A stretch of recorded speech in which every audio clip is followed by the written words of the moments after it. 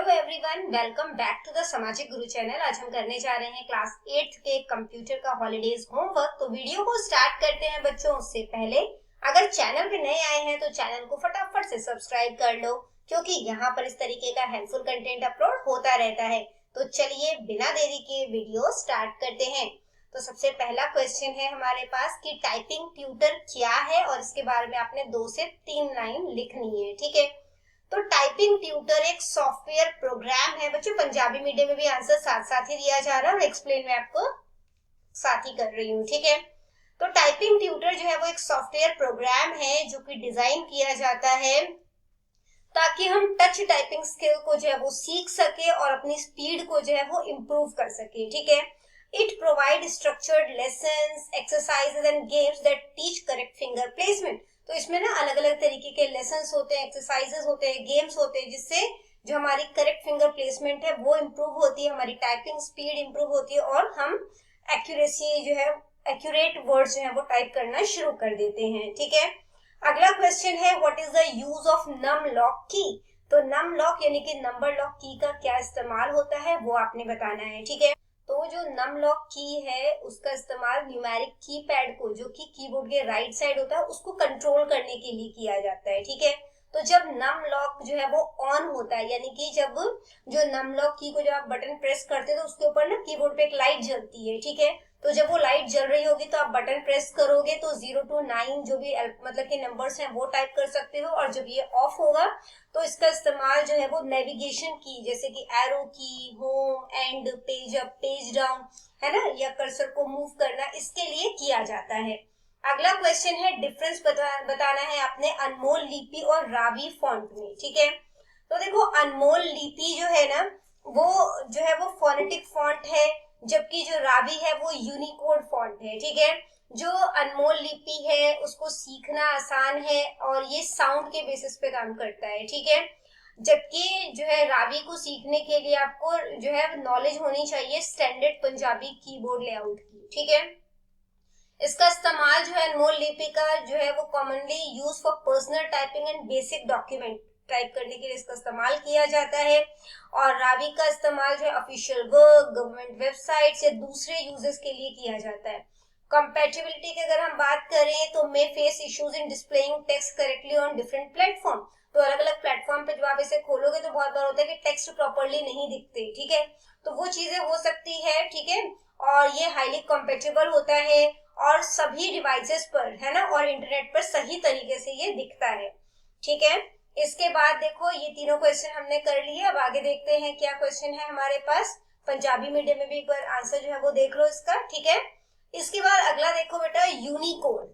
तो यूनिकोड क्या है और इसे अपने अपने शब्दों में लिखना है।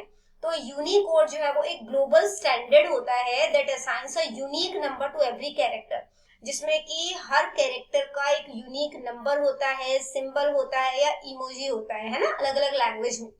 Before Unicode different system use different code. तो यूनिकोड से पहले अलग अलग सिस्टम अलग अलग कोड का इस्तेमाल करते थे।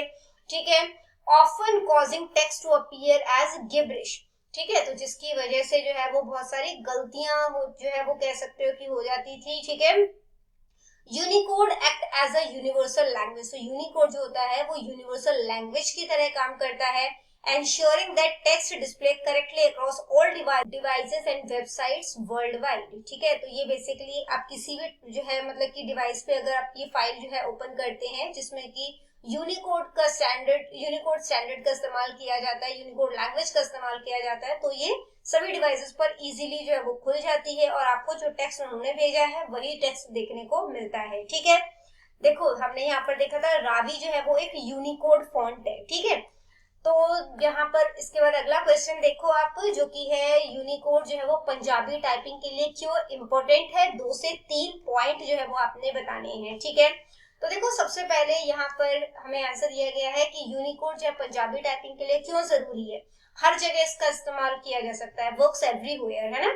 व्हेन यू यूज यूनिकोड, तो जब आप यूनिकोड का इस्तेमाल करते हैं तो पंजाबी टेक्स्ट जो है वो हर फोन पर, कंप्यूटर या वेबसाइट, किसी भी डिवाइस को आप यूज करें तो सही तरीके से पंजाबी टेक्स्ट आता है। ठीक है, अगर वो यूनिकोड नहीं होगा, है ना, तो क्या होता है, बहुत बार आप देखोगे फाइल ओपन करते हो तो छोटे छोटे से इस तरीके से बॉक्सेस जो है वो बने होते हैं, है ना, या अलग तरीके का सिंबल बना हुआ आता है, तो वो चीजें आपको देखने को नहीं मिलती। ठीक है, इसके बाद है इजी टू सर्च।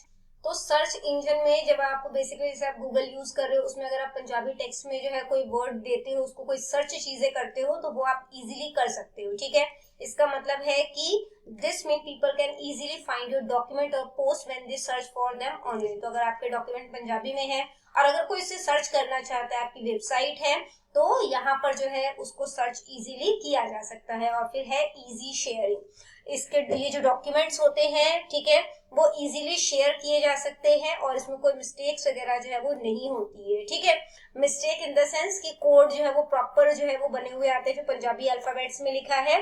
ठीक है, अलग सा जो है वो आपको कोड देखने को नहीं मिलता। ठीक है, पंजाबी मीडियम में भी आंसर साथ साथ दिया गया है बेटा।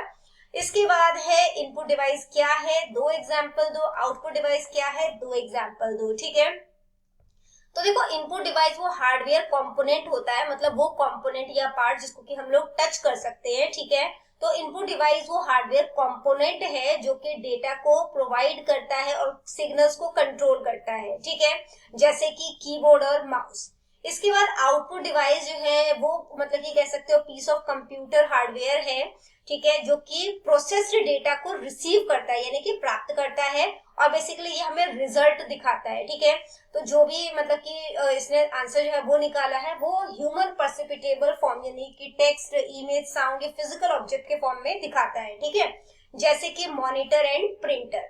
इसके बाद अगला क्वेश्चन देखो, इनपुट डिवाइस और आउटपुट डिवाइसेस में क्या डिफरेंस है वो आपने बताना है। तो इनपुट डिवाइस जो होता है ये डेटा को devices use to send data into the computer, computer में डेटा को सेंड करते हैं। ठीक है, यूजर से इंस्ट्रक्शंस लेते हैं जैसे कि keyboard, mouse, scanner and microphone. Output devices जो होते हैं ये रिजल्ट जो है वो शो करते हैं। ठीक है, ये जो है दे डिस्प्ले और प्रेजेंट प्रोसेस इंफॉर्मेशन, तो मतलब कि जो प्रोसेसिंग के बाद जो इंफॉर्मेशन आई है उसको शो करते हैं, जैसे कि monitor, printer, speaker and projector. इसके बाद अगला क्वेश्चन है प्रोजेक्ट वर्क का। ठीक है, जिसमें कि आपने एक नीट डायग्राम बनाना है कंप्यूटर सिस्टम का और लेबल करना है इनपुट एंड आउटपुट डिवाइसेस। तो इस तरीके से कंप्यूटर सिस्टम का डायग्राम बनाएंगे आप लोग, जिसमें कि इनपुट डिवाइसेस में आ जाएगा keyboard, mouse, microphone, scanner. CPU आ गया जो कि स्टोरेज के लिए इस्तेमाल किया जाता है। आउटपुट डिवाइस, ठीक है, जो इंग्लिश मीडियम वाले स्टूडेंट है वो इंग्लिश मीडियम में इसको करेंगे। Input devices, output devices. ठीक है, इसमें आ जाएगा monitor, printer, speaker and projector.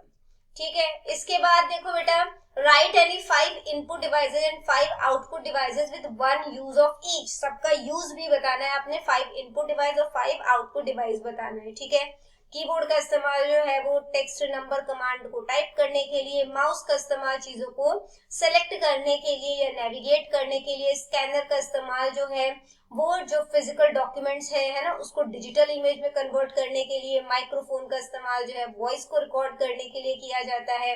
और वेबकैम का इस्तेमाल जो है वीडियो कॉलिंग टाइम पे जो है वो किया जाता है। ठीक है, मॉनिटर जो है वो हमें इमेज, टेक्स्ट, वीडियोस दिखाता है। प्रिंटर जो है वो फिजिकल हार्ड कॉपी को डिजिटल मतलब कि जो हमारे पास डिजिटल डॉक्यूमेंट है ना, उसको पेपर पे प्रिंट कर देता है। जो स्पीकर है उससे हमें आवाज सुनाई देती है। हेडफोन से भी हम मतलब आवाज सुनते हैं, बट प्राइवेटली हम बिना किसी को डिस्टर्ब किए हुए सुन सकते हैं। जो प्रोजेक्टर होता है वो बड़े स्क्रीन पे बेसिकली एक मॉनिटर की तरह ही काम करता है, जिसमें काफी सारे लोग जो है वो मतलब कि जैसे मूवी लगाई है तो मूवी को भी देख सकते हैं। ठीक है ना, पंजाबी मीडियम में भी बेटा यहाँ पे आंसर जो है वो आपको दिया गया है। इसके बाद अगला क्वेश्चन जो है वो देखते हैं हम लोग, जो कि है हमारे पास 5 लाइंस जो है वो आपने लिखना है। यूनिकोड जो है पंजाबी लैंग्वेज के लिए क्यों इम्पोर्टेंट है, बट उससे पहले ये इम्पोर्टेंट पॉइंट्स देख लेते हैं। Unicode is used to type in Punjabi and other language. Unicode का इस्तेमाल पंजाबी और दूसरे लैंग्वेज को टाइप करने के लिए किया जाता है। अनमोल लिपि और रावी जो है वो पॉपुलर पंजाबी फॉन्ट है। कीबोर्ड इनपुट डिवाइस है। मॉनिटर एंड प्रिंटर जो है वो आउटपुट डिवाइसेस है। Num lock key is used to type numbers from the number pad. और नम लॉक की का इस्तेमाल जो है वो नंबर पैड पे नंबर को टाइप करने के लिए किया जाता है। ठीक है, अब चलो उस आंसर को देख लेते हैं हम लोग। तो यहाँ पर इसका आंसर दिया गया है here are 5 lines on why Unicode is important for the Punjabi language। तो पंजाबी लैंग्वेज के लिए यूनिकोड जो है वो क्यों इम्पोर्टेंट है वो बताया गया है। ठीक है, 5 पॉइंट्स हैं यहाँ पर। Unicode provides a universal standard ensuring Punjabi text appear correctly across all digital devices and operating system. तो जो यूनिवर्सल यूनिकोड है वो ना एक यूनिवर्सल स्टैंडर्ड है, मतलब कि ये इंश्योर करता है कि जो आपने टेक्स्ट भेजा है वो किसी भी डिवाइस पर अगर खोला जाए तो प्रॉपर तरीके से ही आए, यानी कि पंजाबी फॉन्ट में ही आए। It eliminates display error. तो जो डिस्प्ले एरर आता है ना, जैसे कि हमने पहले भी पढ़ा था कि कोई सिंबल बन जाता है या बॉक्स से बन जाते हैं, है ना, तो वो चीजें नहीं होती। ठीक है, जिससे कि पंजाबी कम्युनिकेशन जो है वो मतलब कि एक साथ रहता है। इसके बाद है Unicode compliant Punjabi text is fully searchable. तो जब आप गूगल पर कुछ ढूंढते हो तो गूगल उस जो है वो मतलब बेसिकली फॉन्ट को पढ़ता है। अगर आप यूनिकोड में लिखेंगे तो गूगल जो है वो आपकी पंजाबी जो लिखावट को आसानी से समझकर और जो है वो जो भी आप सर्च कर रहे हैं वो ढूंढ सकता है। पुराने फॉन्ट्स वाली जो लिखावट को गूगल जो है कभी भी सही तरीके से नहीं पढ़ पाता। इसके बाद अगला पॉइंट है it facilitates the easy sharing of document as the text remain readable for any user without requiring additional software. ठीक है, तो यानी कि अगर आप पंजाबी जो फाइल है ना, या मैसेज किसी को भेजते हैं तो यूनिकोड के मतलब कि यूनिकोड की वजह से उसे कोई मुश्किल नहीं आती और उसे कोई विशेष जो सॉफ्टवेयर है उसकी जरूरत नहीं पड़ती। ठीक है, वो बस क्लिक करेगा और सब कुछ जो है वो साफ साफ पढ़ सकता है। इसके बाद है by acting as a global standard Unicode helps preserve and promote the Punjabi language in the modern digital world. ठीक है, यानी कि आज के जो इंटरनेट उसमें अगर कंप्यूटर जो है वो हमारी लैंग्वेज को नहीं पढ़ सकता तो जो है वो लैंग्वेज बेसिकली पिछड़ जाएगी। ठीक है, क्योंकि उसमें हम सर्च नहीं कर पाएंगे, है ना। अब हम जो डॉक्यूमेंट अगर डालना चाहते हैं तो वो नहीं डाल पाएंगे। तो क्या होता है, यूनिकोड पंजाबी को ना मतलब कि जो आधुनिक तकनीक है ना, यानी कि जो मॉडर्न टेक्नोलॉजी है, मॉडर्न डिजिटल वर्ल्ड है, उससे जोड़ती है, जिससे कि पंजाबी जो है वो भाषा इंटरनेट पर जीवित भी रहती है और मजबूत बनी रहती है। ठीक है, तो इस तरीके से जो यूनिकोड है वो पंजाबी लैंग्वेज के लिए इम्पोर्टेंट है। ठीक है, तो बच्चों करते हैं इस वीडियो को यहीं पे खत्म। है होप सारे ही आंसर्स आपको बहुत अच्छे तरीके से समझ में आ गए होंगे, और अगर ये वीडियो आपके लिए हेल्पफुल रही तो चैनल को फटाफट से सब्सक्राइब कर लें एंड वीडियो को लाइक करें ताकि मुझे भी पता चल सके कि आपकी किस तरीके से हेल्प हो रही है। तो मिलते हैं अगले वीडियो में, तब तक के लिए बाय बाय।